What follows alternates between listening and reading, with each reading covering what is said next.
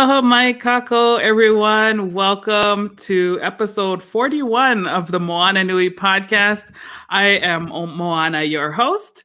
As you know, we have been bringing you content here on the show for, 41 episodes, so a couple of months now, and it's been a whole lot of fun. We currently have our Kickstarter running right now, but before we get to that, let me tell you a little bit about myself. I am the author of the Adventures of Nakoa and Nohea children's book series, editor of the Wildcard Chronicles comic book series, publisher of Burning Spirit Comics, and lover and fan of the Indigenous and independent communities. And today I am joined by my host, Dana Morgan. Hello, everyone. I am Dana. For those that may or may not know me, I am a cosplay and event photographer along with a con staff photographer. So you've seen my work with MomoCon, Anime Week in Atlanta, Dragon Con, even seen my pictures with DC Comics for their fandom that they had last year. Also, I also do a little event planning and a little bit of everything on the side. So thank you so much for joining us today. We're so excited for our upcoming guest, but I'm going to hand it back over to Moana for a few announcements before we get started. Yes. So as I mentioned, we actually have our Kickstarter is live now for season 2. And what we use Kickstarter for is to help us raise funds to keep the show going. It helps us to pay for editing services, to pay for operating fees, all kinds of different costs that come with running a show and developing a platform. And we certainly put it right back in. We reinvest it into the show so that we can continue to bring you this wonderful content and get to talk to so many different creators, artists, musicians from all different walks of life, and just get to know them a little bit behind the scenes of their projects and who they are really at the core as human beings living in the world today. So please go to moananuipodcast.com right now. All support helps. Even if you only give $1 is good, and we will certainly be appreciative of that. It goes much farther than you think. We actually are so super excited because we met our goal in 4 days. So we've already reached what we need. So this is guaranteed. This project is going to fund and it is going to deliver. We have so many things in prep behind the scenes. So now we're just going for like stretch goals and more things, more fun offerings that we can bring to all of you. And one of the first ones that we got for the stretch goal is that Dana is going to be cosplaying for our Lumberjacks launch party on April 6th. So right now you see her in a street gear. On April 6th, you will see her as something else. What that is still a surprise. So you will have to tune in to find out. And then the other goal that we unlocked was the what we're calling our Island Mana Bundle. And this is a exclusive photo package that some of our listeners have asked for. And I was trying to bring it up, but we'll bring it up after. We'll talk about it after because I don't want to keep Melissa waiting too long. And let's see. So yeah, and then we have a couple guests. So tonight we have Malissa White. On Wednesday, we have both Robert Jeffrey and Marcus Williams. So Robert is coming on. We're going to get to talk to him about like all the different projects that he has either been involved in or is currently working on. He's a very talented writer and creator. They also currently have a project on Kickstarter right now called The Fox Chronicles, and we'll be sure to pop the links in there as the show goes on. And then our second one, another one on Wednesday, is Marcus Williams. Everything this man creates is fire. So he's like one of the most sought after illustrators in the community. And we are super excited to have him on. And he's actually a part of one of our next milestone bonuses. So I think we're currently at 63 or 64 backers. Yes, we're at 64 right now. Yes. Yay. Thank you, guys. When we hit 75 backers, we are going to release a limited amount of artist commissions done by Marcus. He doesn't open his list very often because he's very busy with his own projects as well. But at 75, we'll have 5 lucky people who will be able to grab one of those. So if you're looking for a variant cover for your next book, if you just want a personal commission for yourself, or even better, if you want to gift it to someone who like is a fan of art and it's a beautiful thing to see yourself put onto the page, consider that gift and help us to get to 75 backers. And you'll get to come on the show on Wednesday and talk to Marcus, ask him questions, and just be a part of the show with us. Alrighty, so a little long, but we had a lot to share, and there's still more to share, but we don't want to keep Melissa waiting so long because she's been patient back there. I see her like, she's getting excited too. So let's tell you a little bit about Malissa White. So Melissa is a horror writer, reviewer, and producer from Los Angeles, California. Her works include comics Nightmare by Scout Comics and SOUNDBOX from Kamikaze's Short Circuit Anthology. Her short story Vessel is published by Midnight and Indigo and performed on the Black Women Are Scary podcast. Her reviews can be found on Comicon and The Valkyries blog. And when she's not writing, she's drinking coffee and reading tarot with her cat, Boo. So without further ado, let us bring Melissa on to the show. Hey, lady. Hello. Hello. I'm so excited to join you on the podcast. Thank you so much for having me. Oh, absolutely. We are excited. When Dana mentioned like we should bring Melissa back on. I said, oh yes, because we were supposed to. We had such a good time with you on the Super Women podcast that we definitely wanted to have some time to talk with you one-on-one. Yes. Oh, absolutely. I loved that panel. I loved the women that were represented there. Everything that they had to say, it was just like, I'm just going to sit back here and let y'all just kill the game and let everybody know, okay? Because what am I doing? Beautiful. So much fun. And thank you for hosting a wonderful, wonderful podcast. Yes. Well, we had just a wonderful lineup of women, and you included, that we wanted to be part of that panel. And it was like, okay, we wanted different women with different aspects of, like, with you being the horror industry, we had, we had LaShawn, who is more of the, sci-fi fantasy genre, and then just having these different elements of women that give their own perspective of their own walks and everything. It just made it even better by having just as different opinions, but at the same time, we all had commonality across the board. Yes. And seeing us represented in so many different aspects, changing the game and inviting others into that representation was like everything that I wanted as a kid. And I'm so glad that we have that now.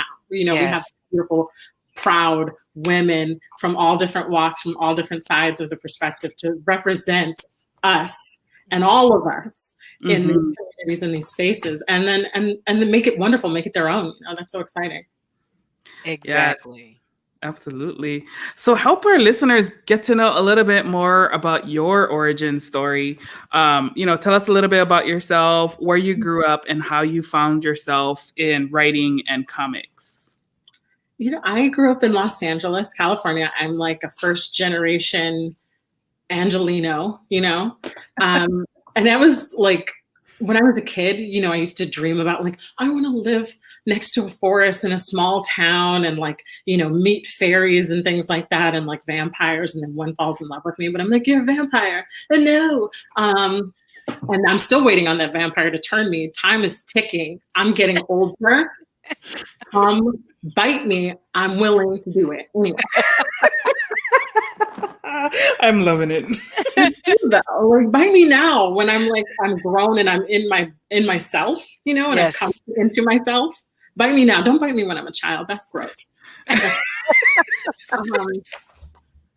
have a lot of thoughts and feelings. So many. But yeah, I grew up in LA and I grew up watching X-Men and watching all of these cartoons that made me like want to live in these worlds. And so that's Boo, by the way. Boo's like, had to make appearance. Hey, Boo. Hey, boo. Hello, it's me. He's so extra. So forgive me if you see him running around. Then please forgive me. All good. But yeah, I wanted to see myself in these worlds. And so my first foray into writing was writing X-Men like / fanfic. It was like a threesome love triangle situation with like Storm and Rogue, who I thought was Black as a child. I just imprinted that onto her. I was like, oh yeah, she's one of us. I feel like I'm the only person. Thank you for validating that. She's Cajun, so therefore she's Black. She's from New Orleans. She's Black. Thank you. That is what I'm like. Cajun people are Black. Yes. And they didn't believe me. So thank you for validating all of that experience. And so I wrote this fanfic. It was like, I was Kitty Pryde and I was Black, and then Storm was there and Rogue was there. We all like loved each other, but we didn't know how to communicate it. I was 12. I was 12 at the time. And that was my first piece of writing. And I just never stopped writing about powerful Black gay women loving on each other. Love it. Yes, being that outlet that typically isn't out there, and which is great. But of course, with you tapping into the horror, genre, of course, when you were growing up, did your parents let you watch scary movies? And if so, what was your favorite horror character or movie? And what was it about that character that scared you? Well, so my mom let us watch everything. And actually, now that I think about it, I'm grateful for that, because we would sit down, we would watch it, and then we would talk about it and like how we felt about it, what the characters were trying to do, what they represented. So it's really nice to have those conversations as a kid. Also, now makes me read into things too much. Like we would watch X-Men, and now I'm like, not X-Men, X-Files. We would skip church to watch X-Files. And we're Southern Baptists, like you do church. There's no excuses. And so like we would skip it, and then we would talk about like, what is Mulder working through right now? And like, what does this monster represent about humanity? So watching movies, any movie, and then being able to discuss it was amazing for me and really contributed heavily to me writing. And the first movie I remember watching, like actual movie, was Nightmare on Elm Street. It was my sister. And I already had sleep problems. So just the trauma of watching Nightmare on Elm Street at like 6 years old with my older sister. And then hers and she's like, okay, good night. And I'm just like, you want me to fall asleep with this man in my dream? Oh CPS, call child services. So I never went to sleep after that.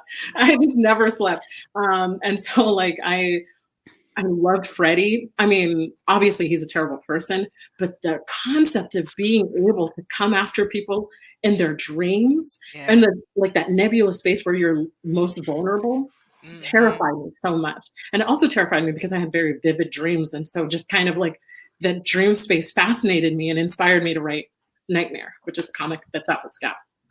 Wow. That's awesome. I'm just sitting here cracking up because like I was the older sister who did that to my younger sister. And to this day, like she is still terrified. Like, there's certain things she's like, nope. Hey, my cousin did that to me. He had me to watch the Nightmare on Elm Street as a kid. And literally when my parents came back, which he was actually told not to let me watch any horror movies. He did it anyway.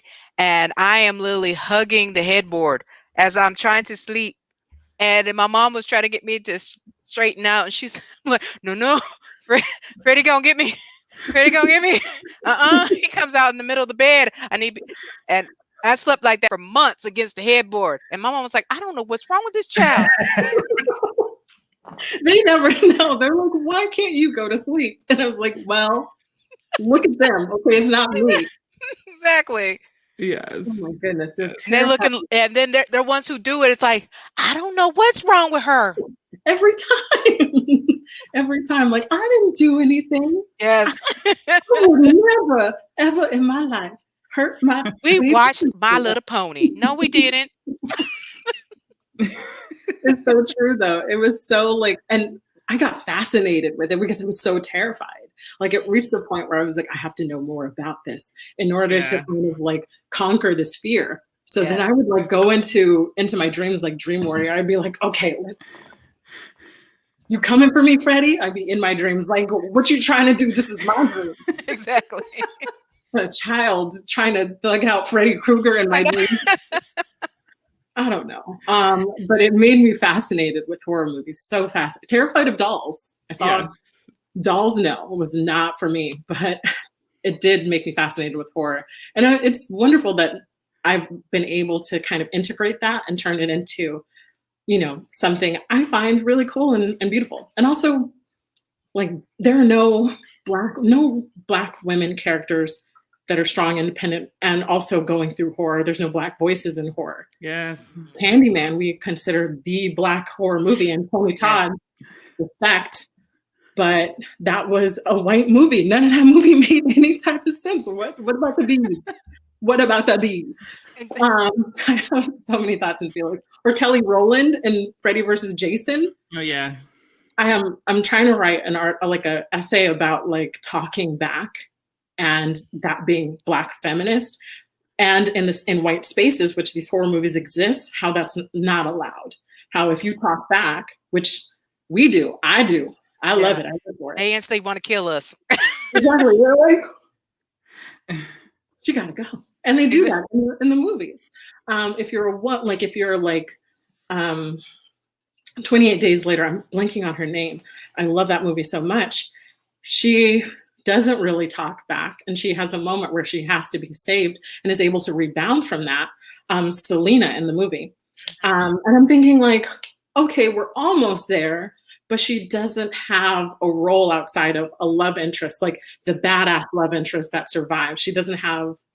We don't really get to spend time with her and understand how she became this badass. We get a couple of quick cuts, and then we go on to the military ain't shit, which we knew. We knew this. Anyway, so my whole thing was, after watching all of this, after growing up with these thoughts, after growing up with these movies, it's kind of like, where can we exist and where can our voices really shine, particularly as Black women, as marginalized women? You know, I'm a queer woman. I'm a queer, dark-skinned Black woman. Where do I get to exist in the horror space that isn't about torture porn on Black bodies? Yeah. Because that seems like we can't escape that. Everything that we get is like, let's torture us, you know? And that's not cool. That's not cool.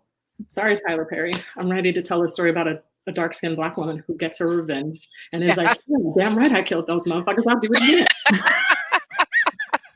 Excuse me for cursing so much. That reminds me of this TikTok that I saw, and this girl was doing it, and it was like, hey, you know, we're investigating murder. She's like, really? And it was like, his tires were slashed. Is it illegal for the tires to be slashed? It's like, ma'am. It's like, we know you called Keisha. I don't know Keisha. And then all of a sudden her phone rings, Keisha. And then she's like, I don't know who that is. But it did a whole thing on the Black woman, you know, horror flick, but she is the one who takes everybody out. I love it. We love to see it. I want to see us murdering a whole bunch of white men. That's what I want. That is what I want. And that is what I write about. Like, okay, we need to team you up with Jordan Peele so we can make that the next horror movie. Oh my goodness. The Get Out for Black women is a whole different story. A whole different story. We touched on it. It's a whole different thing. Yes. It really is. And there's so many different levels to that. But I appreciate Jordan Peele for bringing our conversations into the space. Like, he's really done the thing. Yes. Us, people talk about how Us isn't really a horror movie. And I'm like, have you ever been poor? Right. And you make it, and then you constantly scared of being poor again. Like, hello, that's terrifying. Your other, your unconscious self that will come out in a conversation when you just made it into white spaces. Yeah. And you're terrified about being angry when somebody says something stupid or acts stupid, and you're like, let me protect my peace here and protect myself, you know? Like, there's so many different sides to that I resonate. Exactly. Absolutely. Yep. Tap it into that code switching really quick. Yes. Exactly. and then being the person that makes it out of all of that and then gets accepted into these spaces. And you have to constantly keep yourself at a level. Boo. Yes. He's a grown-ass man right now. Sorry. That is about me. I heard my name in the intro, and he's like, yes, I'm here. Oh my goodness, he's so extra. So forgive me with all of that noise, please. He's like, I'm going to let them know I'm here. That's what he does. And he'll jump over here in a second and start biting off the head. Yeah. So that's like it's part of this journey that I appreciate so much. And this sort of shift into social horror, which allows us, I think, as women, as Black women, as marginalized women to tell our stories. Horror has been a white male nerd space for so long. And if any of you have ever dated a film nerd, you know the type of people that these people are. And I'm not trying to trash them, but also I'm saying, let us in. Let us in. We don't want to hear about this. We want to tell our stories. Yeah. And I think that horror would be it would be such a benefit to tell the horror story of a neurodivergent person, right? Like, you know, how do they experience horror? How does a differently abled person experience horror? Because these are our lived experiences that we live all day, every day. We're not afraid of, well, we are afraid of other things, of course, but I mean, like, we can do so much. We can tell so many different kinds of stories, so many different kinds of horror. Medical horror is a thing that really affects women, in particular, marginalized women. We don't want to go to the doctor because they be talking wild every single time. They won't get to the issue. And they also have this sort of thing where they teach this in med school that women are capable of bearing so much pain. We don't talk about how much pain is being forced upon them and why that pain exists. We're talking about, oh, well, she can take it. And if she takes it, she's a strong woman. And if you cry in public, if you ask for help from your friends or your family, that's okay. That's not okay. You're not strong anymore. So medical horror is something I'm very interested in telling. And we all have stories where we weren't listened to in the doctor. Talking about that, shining a light on it so that we can, one, talk to each other about it, and two, change the system that's put in place to keep our voices down, keep us strong, and give us a participation award for enduring so much oppression. Yeah, definitely. I know there's many stories, you know, that my own personal stories that I probably haven't told people either, right? It's just like, how do you internalize and, you know, and doctors for women, like often they have us in the most vulnerable positions, right? And the way that in which they treat us, it's not as bad as rape in a way, but like the way in which they mentally mess with your mind, you know, it's just, it can be traumatic, right? Like, and it's not quite, it's not that strong of a word, but it still is something that messes with your mental peace and your experience right there in that vulnerable time. So I would definitely be interested in anything that you go and write about those spaces. Now we talked a little bit about you know, the horror genre and how there are still only a handful of Black horror writers, and even more so, less so with them being women. How have you tried to break the mold in horror in your comics and your writing and your movies?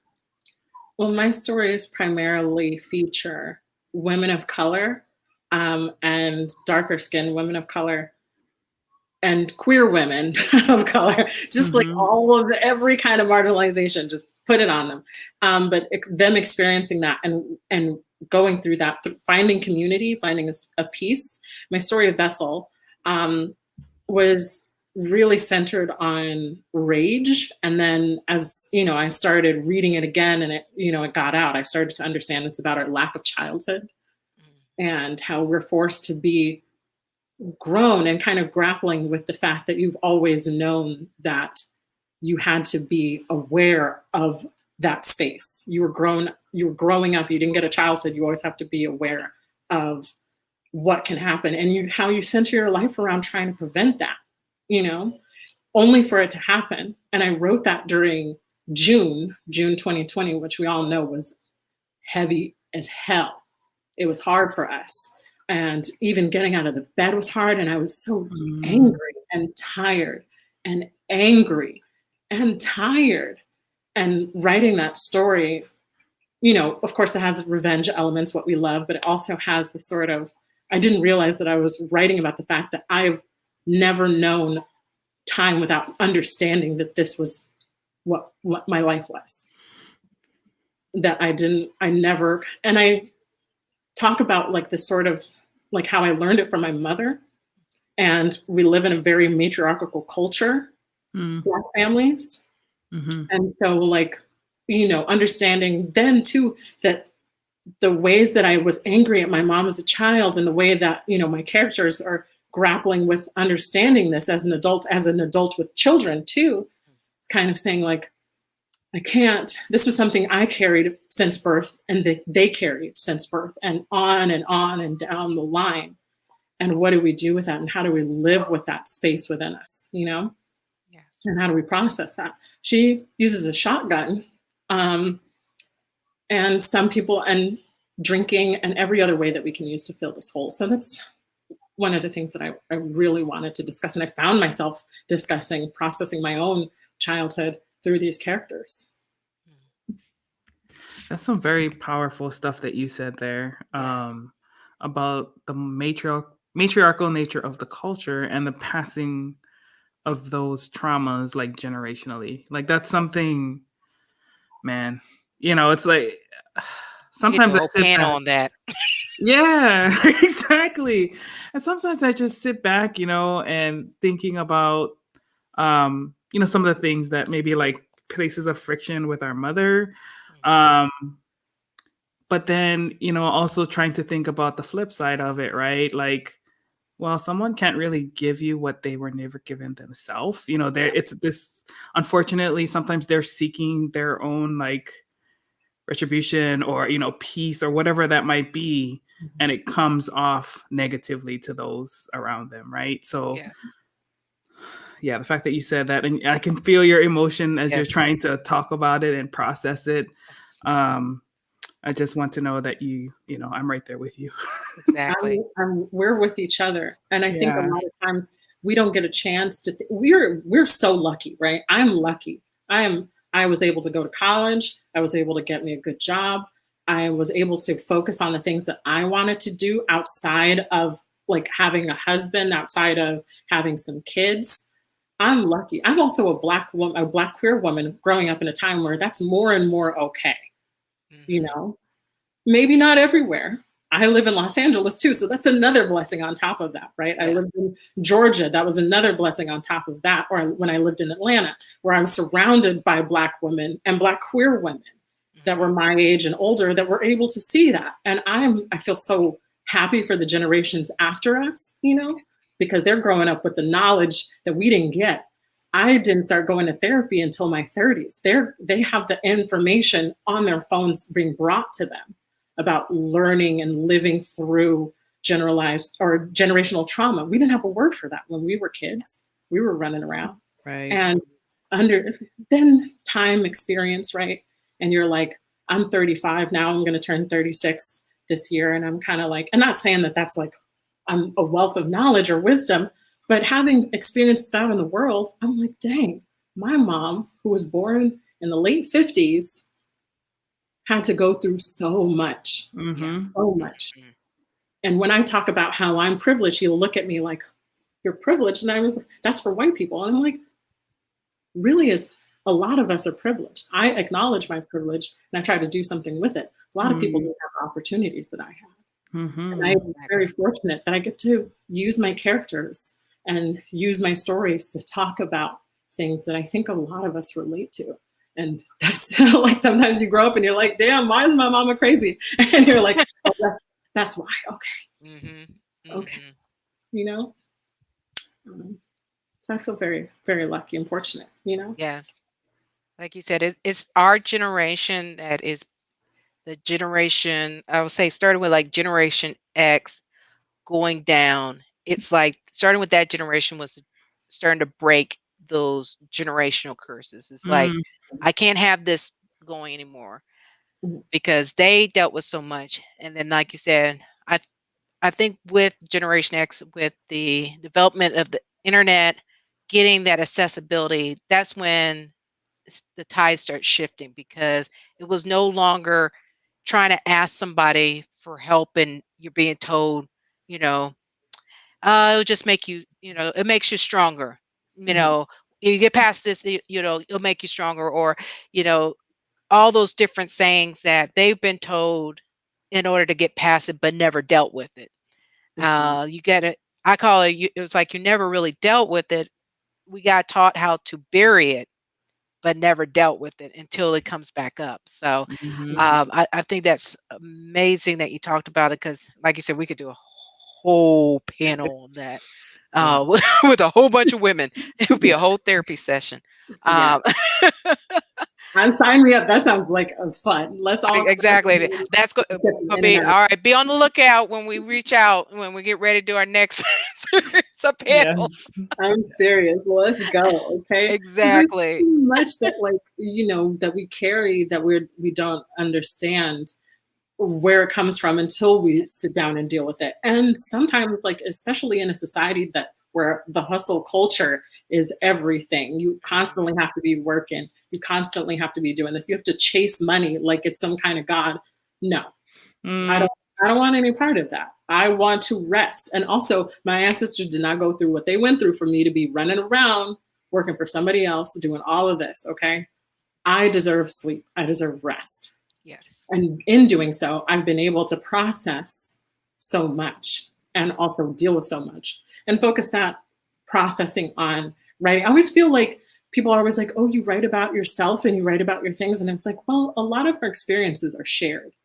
A lot of them. Talking about them in a way that I'm able to process is great. And also, damn right, I'm writing about myself because I don't see myself. What am I going to do? Yes. W? I watch two white girls kissing? No. I'm writing about me because I'm writing what I want to see. And if I was in there, there wouldn't be no reason for me. But since there's not, I'm going to do what I do. And you don't have to read it. Yes. And I'm here for it. Exactly. You got to change the game and everything. Yes. Now, of course, you helping to change the game, you partnered with publishers like Scout Comics and Kamikaze Comics with some of your horror comics. What is your process on deciding who you want to work with? Because especially with you talking about, you finding that, you don't want to work for somebody, but in these elements, you partnering up with somebody, you have to find that good partner. What's your process in deciding which comics you're willing to work with? Well, in terms of publishers, it's all about the contract. It's all about the contract. A lot of these publishers, everybody wants to work for Marvel, DC, and for Image Comics, right? I want to work for them. But also a lot of these contracts, and I'm not singling out anybody here, but a lot of the contracts require you to give up your IP. And then it's on HBO and you and your little studio. Okay, HBO money is getting their money. What about me? Image has gotten their money. Marvel, DC, everybody else has gotten their money except for me, because it's no longer my idea. And I don't get to work on it. I don't get to develop it in that way. Right. So being able to retain my own IP has been crucial. I've been doing comics for about 5 years now, which is not a huge amount of time, but I've been very lucky to work with people who've been in the industry a little bit longer than I have, a lot longer than I have. And they were able to give me advice, building a community of like-minded people who have your back in an industry that is primarily white men. And when you're looking for someone that looks like you gotta dig and look around. And if you can't afford to go to a show, so you're on Twitter and all you're seeing is bald-headed Joe beard dude, it's like, it becomes very disheartening to work by yourself. So being able to build a community and being able to be like, I'm going to have to step into this as myself. I can't step into this as anybody else but myself. I can't talk about the things I want to talk about if I'm not talking from a place where I'm standing within myself. I have nobody else's voice. I was raised with this voice and I was raised with these experiences. So I'm going to use them to tell stories. And in doing that, I said, I told myself this. I'm not going to go after anybody else's comics or publishing deals or anything like that if they do not want to work with me, where I'm standing on my own. They're not supporting me. They want to take my things. Because I can go to Kickstarter. Mm-hmm. I can still be doing this on Kickstarter. I may not be, out here super rich or anything like that, or working on TV shows, but at least I'm working for me. Mm-hmm. And that's one of the things where I've had ideas stolen as a young writer, and I've seen it happening to people, and I hear their stories. It's the one thing that I feel very proud about, standing on myself. And I've been lucky, standing in myself and telling the stories I want to tell. I've found people that want to work with me and that love the ideas and want to do it and, do things on time and are willing to hype me up without having to be like, I'm okay with this, that, and the other so that I can make a name for myself. Cream always rises to the top. If you're good at what you do, you love what you do, you're going to get there eventually. And if that's what you're about, is getting to the big names and the big cons and doing all that thing, you're never going to get there because you work with, my mom used to say this all the time, same faces you see on your way up are the same faces you see on your way down. Yes. Why would I be out there trying to badmouth, pull people down to get up to the ladder? Because they all see me. Those are the people that are putting me up there. They're helping me get there. Right. Anyway. Oh, I love that. That's great. I started preaching there for a second. I was like, whew. That's the energy we want. Exactly. I mean, because it's very true, like I feel like, as you're growing as a creator or whatever it might be, right? The people who are supporting you, like, you have to just so appreciate them, right? Because they are the ones that help to elevate you, right? And always respect that without like everybody, it takes a village, right? So, yes. I don't like when I see people kind of turn over a new leaf and act brand new when they reach like success or whatever that might be, right? Mm-hmm. And then they act different. I'm just like, well, you do know, like, remember where you came from, right? So, that's definitely the energy that needs to be put out there. We have a question from JD in terms of your comic book art and your comic. Do you do the art as well, or do you work with other people to do that? I work with others. I've been very lucky to work with Ben Worrell, CJ Jeffrey, and Raciel Silva Avila on Nightmare specifically. And they take my idea and they're like, yeah, okay, let's do this. What do you think about this? And I'm learning things about the process and we're working together to create a vision and on a story about this girl who has bad dreams. And that's really fun. I'm very appreciative. And I've had the pleasure of working with so many different artists and letterers and inkers and designers and everybody that goes into making a comic. I've had the pleasure of working with some really cool people that have enjoyed my ideas and I've enjoyed what they brought to the table. So, yeah. Yeah, absolutely. It's all about the team for sure. Yes. And keeping that supportive and creative energy that you can all feed off of, right? To keep you excited about the project, because it's always littered with challenges. But if everybody's still, doing their part, it's always great. It's nice. A lot of people, I think, when you run into problems because one, getting a contract is amazing. Working with contracts helps protect you and clarifying the terms of everything, so nobody is confused about when things are done. And paying people their money. Okay, I'm not sitting there getting arthritis in my hand. I'm just sitting here stressing myself out to try to finish something, Right. And it really is hard to do that for free, especially because you can do 2 pages, maybe 3 pages in a day of artwork. That's a lot of work. So making sure your people get their money, Exactly. Especially some of these books be having super detailed scenes, right? And oh man, I was just watching Keithan Jones. He's at Kid Comics and he was working on a page where it's like a city landscape, and I was like, oh man, that page is gonna take forever.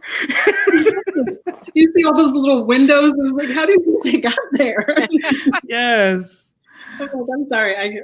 I can barely draw myself, so I'm doing stick figures and I'm trying to make them my fashion.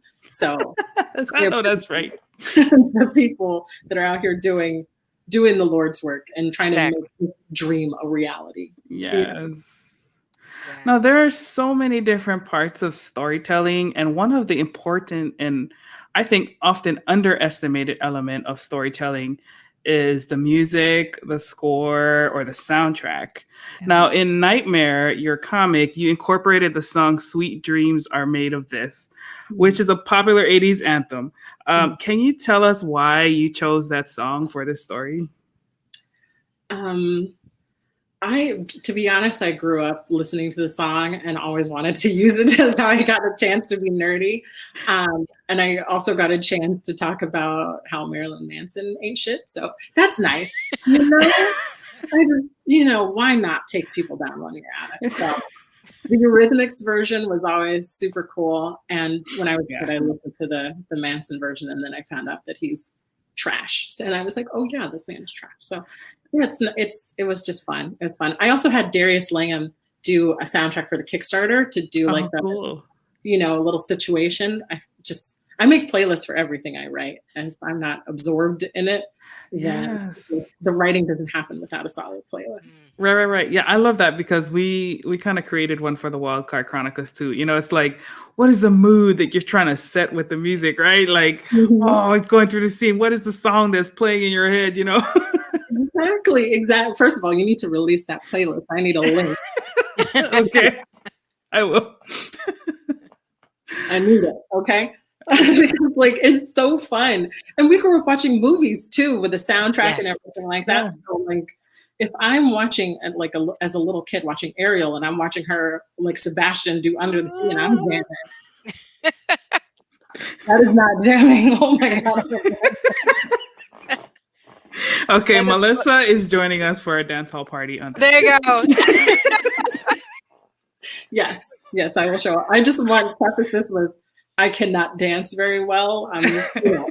I'm white Dan in the club, so it's okay. It's all about fun. Yeah. Thank you. And I love the fact that how we're talking about soundtracks. It's like as we're getting older, you may forget certain things in life, but as soon as you're walking through a store or the radio and a song comes on from one of them soundtracks, word for word, singing it, everything, whether it is Bohemian Rhapsody, you're doing all 6 voices. Donna mio, Donna mio, Donna mio. Every time. But then you'll be like, what'd you do yesterday? What did I eat yesterday? Did I eat yesterday? I think I just had water. No, I did eat something. I don't know. But yeah, we can remember something from Barney's I Love You song or something. It's like them soundtracks be staying in our head. They really, really do. And those jingles too will catch you. Okay, I can't remember what I did yesterday, but I can remember the 1-800 Cars for Kids song. Yes. That is my accomplishment. Forget everything else. I know that song. So that's good. Or the J.G. Wentworth 1-800 Catch. Oh my gosh, that one especially.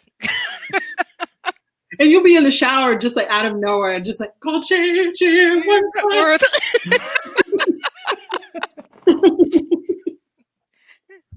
In Atlanta, we have another law firm that be having these commercials on the radio with these killer soundtracks, and you were just like, is that a commercial? And the next thing you know, you're like, call 1-800. Oh no, I know I'm not singing that commercial.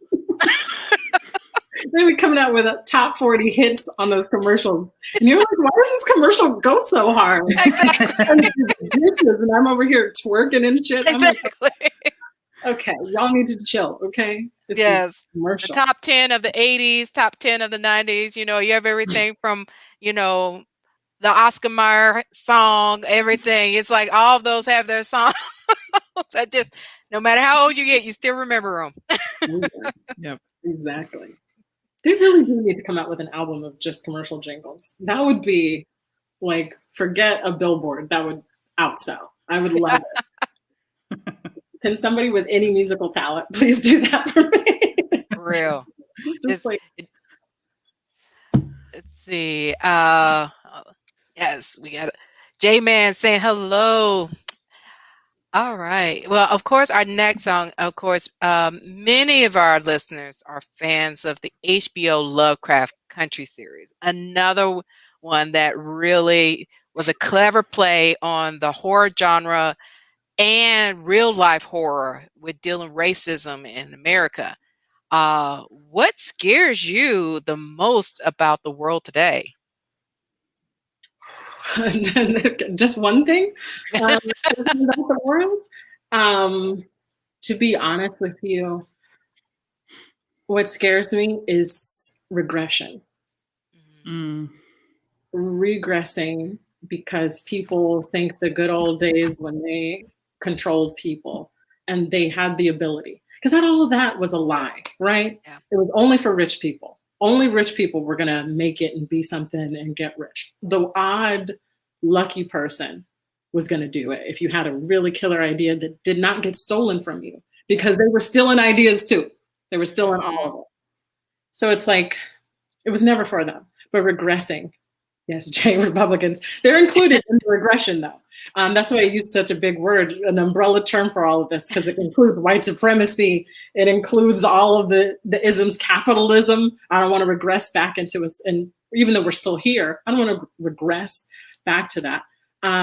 That's what scares me, is the moving backwards when we should, we need to be moving forwards, onwards, uniting, killing all of this hustle culture, killing this corporate culture, and create jobs on things that we actually need. Infrastructure. Yeah. For one, letting women just be alive, or whatever we want. I want that so bad. I would be wearing wedding dresses to the grocery store. I could. Oh my God. And I would be behind you documenting the experience. Hey, there's people that do it. I mean, they had the people, let's see, I don't know if you saw the pictures, the people that were coming to the grocery store dressed up as the plague doctors and stuff. You got, all different elements. It's like, you have that select few that's like, I don't care. I'm going to come how I want to. I appreciate them. They're real heroes and out here in the world today doing things. You know what? I want a Black Wonder Woman. Yes, Nubia. Yes, her Nubia. She's due for her shine. The twin sister need to come out. She's so beautiful. Can we just make that happen, please? Yes. Yeah. And she's been in the comics for years. We just need to make her come on TV, on the screen. Okay. Just be all buff and beautiful and everything. Yes. Yes. Gimme. Because they they redeemed Wonder Woman in this Zack Snyder cut, right? Like this is the Wonder Woman I want to see. And then like if you look closely at some of the scenes where they're back in with all the Amazon women, they kind of like highlight the Black woman, right? I'm like, would that be Nubia in this case? I don't know. Yes. But like, I was like, you get it, Black sister. Like, I felt like she was leading the charge, and I was like, that's the Wonder Woman I need, right? Yes. Yeah, you're right. I didn't think about that. I was like, we're spending a lot of time highlighting the Black ladies of Themyscira. I mean, yes, girls, yes. Hopefully, in maybe Snyder was the one that was seeing, it's like, all right, let's make that little pivot that it's like, oh. Yes, this is her twin sister. This is Nubia. Yes. Oh, they're fighting, and Nubia is about to beat the brakes off of Diana. Oh, but Mom's got to step in and say, "Wait, that's your sister." Right. Wow. What you mean, my sister? It's like, well, y'all got separated at birth. Remember Mars, the one that was working your nose in the last movie? It was his fault. I would love that. Also, we already know too. I know because I have a sister. They will be fighting to the death. Yes, to the death. I mean, what siblings did not fight? Just tearing. I got beat up so much by my sister. I'm not even gonna lie. She's 8 years older than me, and like I was always stealing her stuff. Always stealing her stuff. Could not help myself. But that's what she gets anyway.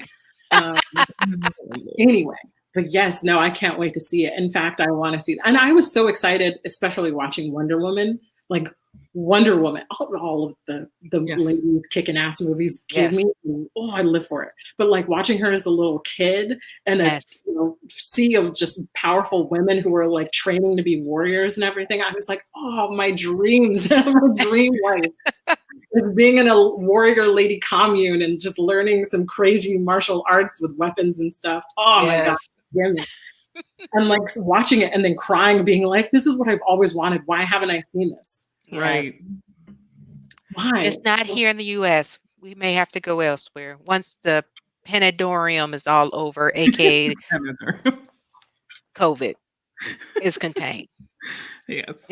It's not the pandemic, it is the Paradorium. It is. Once we're out of it's this, a paradox. It'll be so nice to be out of this. I can't, like, everybody's talking about summer just being, we gonna be outside. It's an outside summer. And I'm like, you know what? I can't wait. I can't wait. I love my apartment. It's super cute, but if I don't get out of this place, okay. Yeah. I'm crazy. I just need people to act right. We could have summer if y'all act right. Right. Vaccinated. Right. But see, they'll pass any time a nonsense bill to try to prevent people from getting out there and getting their vaccine, from gathering in places and everything like that, from trying to vote to get this taken care of in the first place. Yes. I saw what happened in Georgia, and I was like, you are dirty for that one. Super dirty for that one. How dare you? She's knocking on a door. Yeah. On a door. One more year. We got to vote it out. No. He stole the election 4 years ago. Time to vote him out.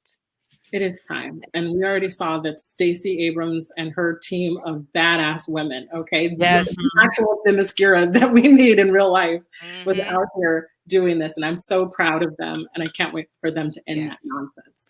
And Stacey, if you're watching, please hit us up. We'll love to have you on the show. Yes, we have a panel perfect for you. Yes, yes, please. Please and thank you. Yes. We'll give you a whole platform. We'll do this and have you on a panel. Yes, we will. Mahalo Nui. We need you to break it down for everybody who don't understand what's happening in Georgia. Yes. Please break it down for me too. Yes. Please. I know the wave tops, but I need the goods. Trust me, I live in Atlanta. Yes. Yeah. That's a whole nother conversation. Yes. Yes. We're wilding out, and we really and a lot of people in record numbers, even though we don't trust that. Okay, we saw what happened. We don't trust it. We're getting vaccinated. The conversations around it, how they're talking about how we're dying and being killed at an exponential rate is not true, because we're out here preventing and getting the vaccinations. Not to say that those things don't exist, because food deserts, putting people in locations that are more toxic, more dangerous, and everything like that. I live in Inglewood, okay? I live right next to the old refinery. And it's all of this that we're doing, these things are happening and are true. That comes down to a systemic issue. But we're always out here leading the charge. Hey. Yes, that is right. I got my vaccination today. Yes. Yes, I got my badge of honor right on my shoulder, right over here. Beautiful. We love to see it. We love to see it. Yes, congratulations. Please get vaccinated, okay? Because I want to be outside. Yes. Yes. I got my X-Men shirt. I'm already prepared for my powers to kick in. I already got some powers. I'm ready for my next level. I'm ready to go Omega. That's right. I support that. I want this for you. I love it for you. We need it. We need to see it. Yes, I want to be able to spin around and change clothes. Yes. What a power. Let's take my brother and spin around and change clothes. Yes. Instead of taking 15 minutes to get ready, I just spin around. My hair is done, my makeup's done, my outfit's all together, and then I could walk out the door just like how Wonder Woman in the movies did on the TV series. She just spun around. All of a sudden, she went from glasses and this outfit, all of a sudden, boom, boom, hair on fleek, done, makeup done, outfit ready. Yes, that's eyeliner applied. I love it. Oh, I love that. I want power too. Yeah, hairs, especially the hair done. It's like no frizz, just got volume, beautifulness, all that done. Just spin around, boom, there you go. Didn't have to do nothing. Not having to sit in a salon chair for 45 years. Okay, I've wasted good years of my life sitting in salon chairs. Oh my God. Yes. Yes, yes. I'm sitting here like writing a note to Mike. Mike Watson, take notes. One of our people needs to have this power. Exactly. Just spin around, just change outfits. Mm-hmm. It's like a whole metamorphosis. It's like you can change. It's like a whole nother level of code switching. It's like, oh, I'm about to go into this corporate building. Spin. All right, here I am.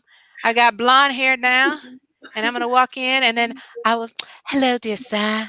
I'm here to see the CEO. Oh, go ahead. Go ahead.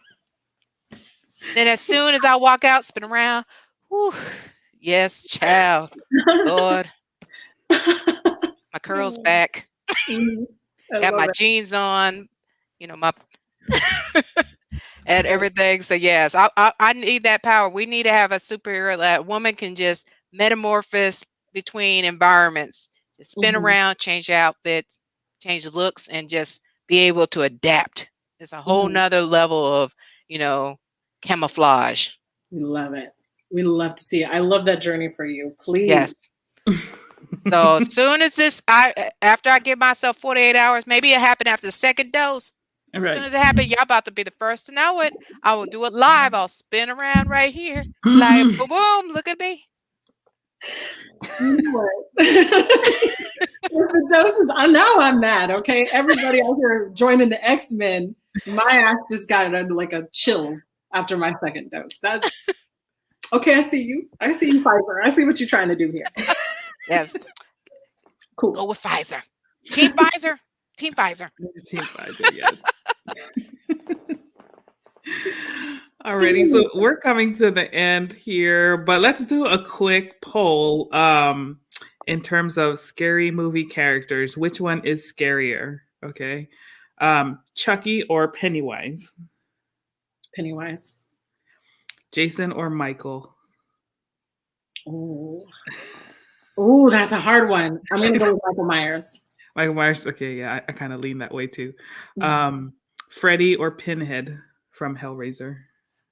I'm not going to lie. Pinhead was into some wild stuff. I wouldn't mind some of it. I'm not going to lie. So I might have to go with Pinhead. Hey, both of them mess with your minds at the same time. It's true. But I feel like Pinhead's hell BDSM kink verse is better than getting murdered in my dream. Exactly. And people don't know why you died. Yeah, J-Man's with you on the Pinhead. Leatherface or Jigsaw? Oh, Leatherface. Alex said scary, not freaky. I exposed my whole ass just now.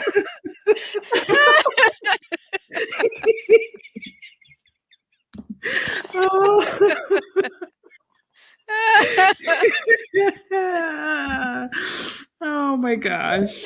J-Man's with the leather face. I got you. Okay, which series did you like better, Scream or Urban Legend? Scream. Scream. Okay, cool. Yeah, I just Scream or Final Fantasy. Oh, Final Destination, you mean? That's Destination. Thank you. That movie has ruined all of us. You. Every time you see a log truck, I'm like, yeah, exactly. I'll slow it back. Go ahead, do your thing, bro. Do your thing. I'm gonna get off the highway. I'm gonna just go. I could take the long way. It's okay. Right. Yeah. I got an audio book. We can do this. It's fine. Exactly. It's gonna be traffic anyway. I just might as well just chill and get me something to eat real quick. I was just gonna say, yeah, let's stop for a food break. We're gonna be all right. Yep. Anybody hungry? Anybody want those chicken nuggets? Let's go. Okay, what are you doing on the highway right now? J-Man talk about what's more scary than all of this: a dinner with Donald Trump. Not gonna catch me, okay? Pinhead, Leatherface, and Freddy, okay? Okay. Alex is saying he wants the Final Destination reboot. Yeah, we could go for another one. Literally, they could set that in 2020. 2020 is our Final Destination reboot. That was truly it. Okay, you know what? Then the only way that we be killed in Final Destination 2020 is either going outside and catching the virus, or staying inside and going insane. Yes. Well, that, or either, letting ice get you. Oh, that's Or good. you also had the other levels of like trying to change up your laws and everything to get you all, everything illegal that you can possibly do. Can we do Final Destination Reboot, but the only things that happen are like all of your bad choices that you made during the pandemic, like growing out bangs? I want to see that. I want to see me trying to do that Peloton workout when I fell off my bike. That sounds no. That's the I'm trying to do those TikTok dance videos. Like them little 18-year-olds. Doing the up choreography.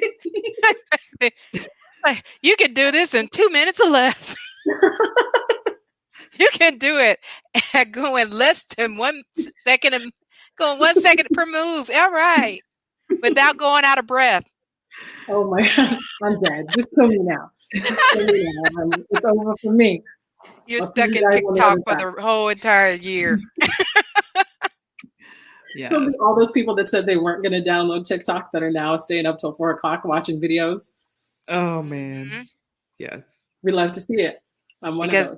Because of China. They were like, oh, China. I was like, shoot, then get rid of your phones and everything else. You know how much stuff we get from China? Yes. Exactly. Like, we're fine. We're fine. They know everything they need to know about me. I'm lazy and I'm tired. That's it. I'm tired. I'm just tired. I'm tired and I'm gay. That's it. Exactly. He's so funny. I'll continue to put it out there in case you're watching China. Send me the winning lottery numbers for the Mega Millions. That's all I need. It's at 200 something million. It don't have to be the full 250 million. Just give me a fourth. I just need a fourth. Yeah. Break me off a little something. Exactly. That's all. You have my information. Text me. They already know. They know everything about me, and yet I don't have an air fryer. What is this? She needs an air fryer. Send it to her. Give me that air fryer. Yes, the air fryer is the business. I'm going into the store right quick. I'm going to get you a lottery ticket. Yes, like I said, give me them winning lottery numbers. It'll be on and popping. Moana gonna know. Be like, look, girl, get ready. It's time. We're about to take this to the next level. Not in your superpower. He's on our next episode. I'm gonna have him and his wife. We're gonna have him and his wife on here. Oh my God, I would love to have both of them on. And let's get Cree Summer, since they're best friends. Let's get Cree on here. We're going to get we get all of them. It'll be a panel of all the women surrounding Jason Momoa. That's what we need. So if you're listening, email me. I'll make it happen. Oh, Dana is a mess. I love it. My cheeks are. Hey, laughter is the best medicine, especially in this craziness. Oh my goodness. Yes, thank you. That's the only way to keep our sanity. Really is, honestly. And thank you so much for having me on. Thank you for making me laugh. Oh my goodness. I'm gonna need to lay down after this. Oh yeah, absolutely. You're welcome. But before we end though, let people know like what's your next project and where can they find you online? I have a bunch of new projects coming out, a couple of anthology pieces. The next issue of Nightmare 2 is going to come to Kickstarter. So you might want to follow me on MALISSIFENT, Maleficent. It's right there on the tag to check out news about that. We've got a couple of big anthologies out, some essays coming out about why Black feminism and horror is amazing and how they've been doing it, but they don't know that they're doing it because we badasses. Anyway, and just, yes, hopefully you follow me. Hopefully you check it out. And I'd love to talk to you guys more about horror films and why we're cool. Definitely. Now, of course, with Nightmare and the other pieces that you worked on, I know someone asked about where can they find it to purchase? to purchase. Okay. Well, Nightmare is coming out with Scout Comics, so it'll be hitting your comic book shops pretty soon. And in terms of, you can always just hit me up and I'll just give it to you. I'll give it to you. If you want to support me, definitely check out this podcast. Come back to see these beautiful women tearing things up. If you want to support me, you can always just follow me on Instagram, on Twitter. We can chat, we can hang out, but I'm happy to send it to you. Okay. Happy to send it to you. Yes. And that's what you get only when you tune into the Moana Nui podcast. You've known this with our Kickstarter, all the comics y'all got when you jumped on the Kickstarter within the first few days, and now you're getting told this. I mean, where else can you get all this awesomeness in one spot? Plus, you got 3 gorgeous women on your screen right now. I mean, please, I mean, you can't do any better than this. You can't do any better. That's what's up. I was just gonna say yes. Actually, Nightmare is going to be part of the indie bundle. So if you were a day one backer, Nightmare is going to be added to that bundle along with others that we still have yet to unlock. So you definitely want to check this one out and be ready to support Melissa when she comes back onto Kickstarter with issue number 2. Yes. Yes. All righty. Well, I want to thank you again, Melissa, for your time and for being very vulnerable and transparent and sharing, your stories with us. I know it resonated with Dana and myself, and I'm very sure that whoever listens to this in the future, whether it be on the replay or in the live, they will definitely, you can't help but feel, the emotion and the energy behind it. So thank you for being brave enough to do that. Thank you. Thank you so much. Thank you for resonating, for sitting with me in those deep emotions and those heavy emotions, and also acknowledging them and validating them. Thank you for your time, for your energy, for the laughter so much. I'm so excited. And I'm so excited for the backers to get Nightmare. I'm so excited for them to see what's up in their sleeves, and also to support the podcast. We love to see it. We love to see y'all. Yes. Absolutely. All righty, guys. Well, you heard it here from Melissa. And be sure to check out the Moana Nui Podcast on Kickstarter right now. You can just go to Moana Nui Podcast and choose a level that works for you. And if you don't like any of them, you could also there's a field where you can just put in a cash donation, however much you feel you can afford and works for you. That's great. Also, a share within your social media with just a brief thing about why you love the podcast. Just 2 sentences, why you love the podcast share. That can do wonders for us as well, because you allow us to be seen by your own networks, your friends, and your family. And you never know where these fandoms are. So we appreciate y'all for sure. Dana, any last words? Just stay in tune. I know a lot of you, if you pledge, keep in mind that you can change your pledge level as things get unlocked. You can add on items. We have a lot of add-ons, and there's more to come as we continue unlocking based on our backers and the amount of money we've raised. So we got a lot of great stuff coming down the pike. So you can continue adding on, you can upgrade everything. So we're going to have so many opportunities, as you also heard earlier about Marcus Williams. That's going to be, as soon as we get those 11 more backers, you'll have a chance to upgrade and get that particular tier. So, and you have to jump on it quick, because as Moana said, there's only 5 slots that we have for it. So they're going to go quickly. Yes. So share, help us get those 11 backers.